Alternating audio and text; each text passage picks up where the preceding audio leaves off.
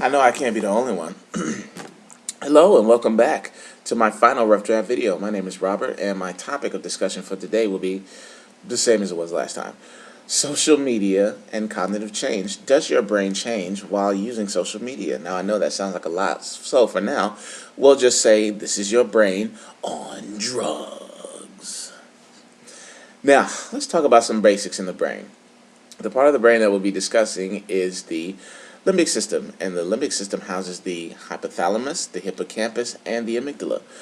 So, the hypothalamus regulates bodily functions and balances chemicals and hormones. So, for example, if you find yourself ever been out of shape or hangry or sleep deprived because you've been working and concentrating trying to finish a certain project, you have your hypothalamus to thank for regulating those signals and sending them out to the rest of your brain. The hippocampus takes care of short-term and long-term moods, thoughts, and memories, and the amygdala handles fear and excitement, and it stimulates that fight or flight sensation that we've all felt and acted on, at least at some point or another. Now, another area that we'll be discussing is the prefrontal cortex, where learning and addiction are present, which are also the bread and butter of learning and memory. Now, for those of you who are wondering, am I addicted to social media? Well, the bad news is if you have to ask, you probably are. But the good news is the fact that you did ask means that you noticed something in a change in your behavior. More good news, addiction isn't simply a case of willpower where you can just focus and all of a sudden resist the temptations that you were susceptible to. Scientifically speaking, addiction is recognized as, quote, a disease that changes both brain structure and brain function, end quote. Addiction begins with recognizing pleasurable activity and the process that steadily pushes you toward compulsive behavior. More on that later. Finally, these parts work together to hijack you and control anytime you like, scroll, comment, hashtag, reboot, snap face. Yeah, anyway. The point is, the deeper you immerse yourself into your online persona, your brain reflects your environment for better or for worse. So, let's start with addiction. When we experience pleasurable activity, which could range from drugs, prescription drugs, psychoactive drugs, being given money, eating good food, having sex, the brain releases dopamine from what is known as the nucleus accumbens, or more commonly known as the pleasure center. Now, when a person indulges in any drug, there's often a spike in dopamine. The chances that a person will become addicted to drugs or other pleasurable activity is directly tied to how quickly it produces dopamine, the power of the dopamine that can be felt, and the reliability of said release of dopamine. To draw a direct comparison, the same triggering release of dopamine can be felt when using social media. Anytime someone likes, shares, comments, retweets, hashtags, or generally makes a big or small deal about anything that we post on. The more activity logged, the steadier the release becomes, and before you know it, an addiction is born. It has been recently discovered that the release of dopamine also attributes to learning and memory. Now, these two functions play a key role in going from liking something to becoming addicted to it. Prolonged exposure causes the entire pleasure center to communicate with the prefrontal cortex and create links that associate liking something with wanting it. That in turn motivates us to actively pursue whatever is giving us pleasure. We could then equate that to what happens the next stage of addiction, known as building up a tolerance and needing more of our drug to create the high that we become addicted to. Now, over time the pleasure fades, but the memories and the desire to recreate that feeling remains, and that is what produces the jonesing, the oh my god feeling that we all feel. On top of that, the hippocampus and the amygdala play a direct part in keeping the memories and the environmental cues that cause the high in the first place present. Now, humans are naturally social animals, and the use of social media, while potentially isolating, provides a sense of pseudo-community, we'll call it. The sense of closeness triggers the release of a powerful neurotransmitter that we've come to know as oxytocin, not to be confused with OxyContin, which is a painkiller. Scientists call it the trust chemical, which is largely accurate. Now, this oxytocin has been known to be secreted whenever a mother is bonding with her babies, whenever a community is building that sense of trust or bonding, that bonding in between a community. And it's also just been known as the social glue. Now, if you don't take anything else away from that, take the fact that we release oxytocin when we experience emotional contact with other people, specifically and most powerfully touch. Now, when monitored, users experienced a surge in oxytocin and decreased stress levels while participating using social media, which means our brains feel good when we do it. I know mine does. We feel more generous and are spurred to share generally more powerful and positive content. Now, I myself personally am a bit of a junkie. I don't have a problem admitting that. And it's so severe, in fact, that even when I log into BlazeView to check my classes, I'm just slightly and just a little bit disappointed whenever I don't have any notifications. Now, I know that's, standard. We're not supposed to be checking for notifications, but it's set up in a way that is reminiscent, or I guess built off the skeleton of social media, to where you have your notifications at the top of the page, and then you have your news feed, so to speak, of all the assignments. So, arguments have been made that since we have become so accustomed to interacting and receiving casual, non-threatening feedback, we're building ourselves solely around the opinions of others. And this leads to a fundamental question: with social media opening new pathways and enabling new ways for us to multitask, which has come under a bit of scrutiny, multitasking, are we able to actually focus on what we need, and does that help us at all?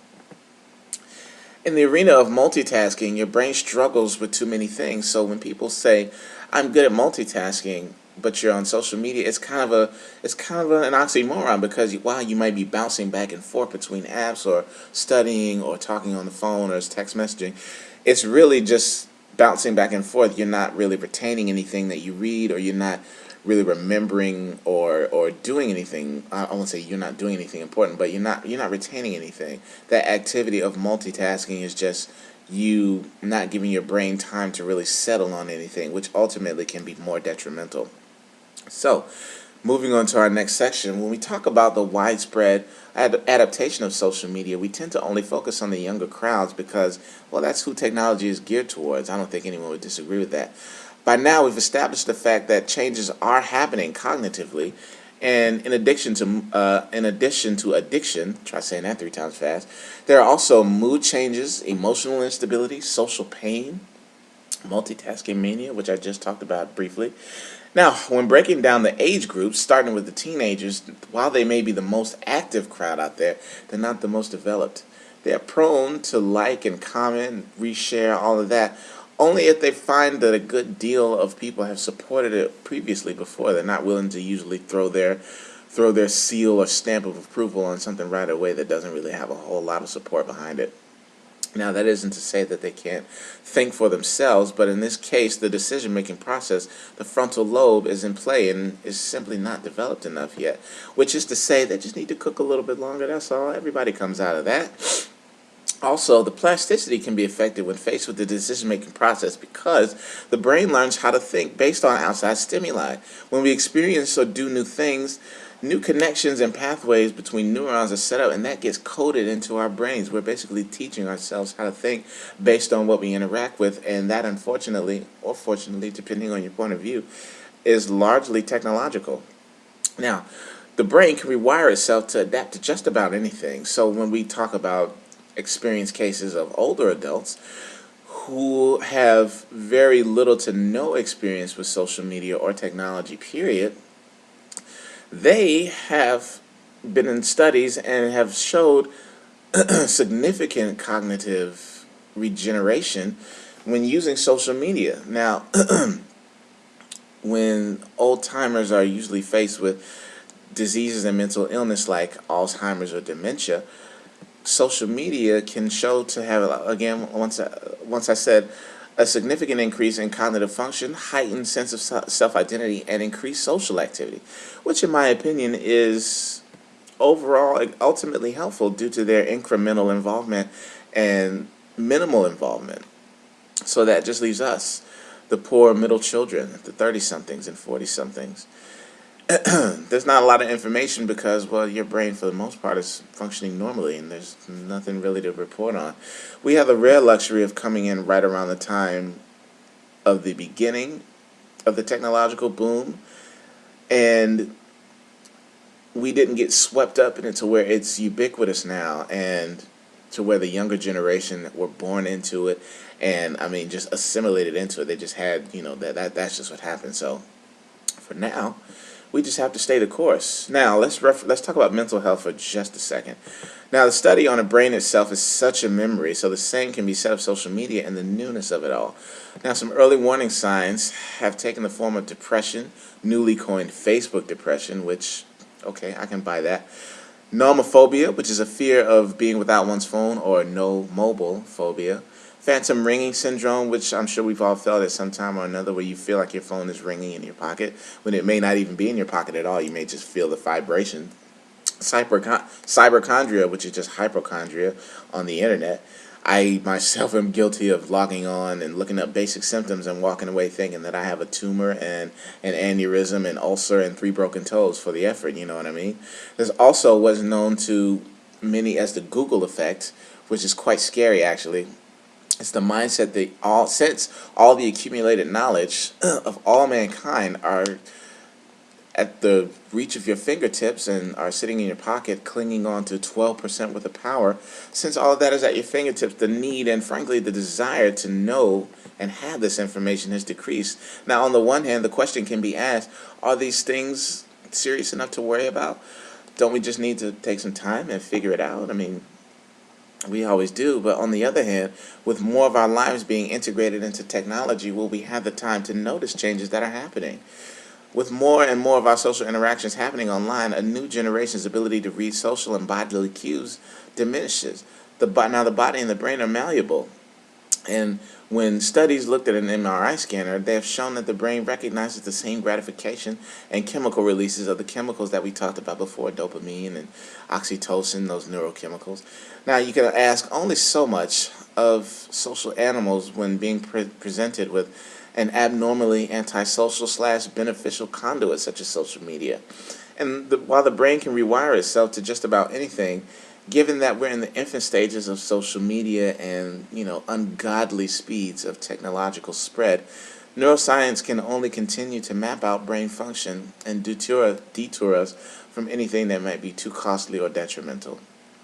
And in my opinion, the more we figure it out, the more it'll get better.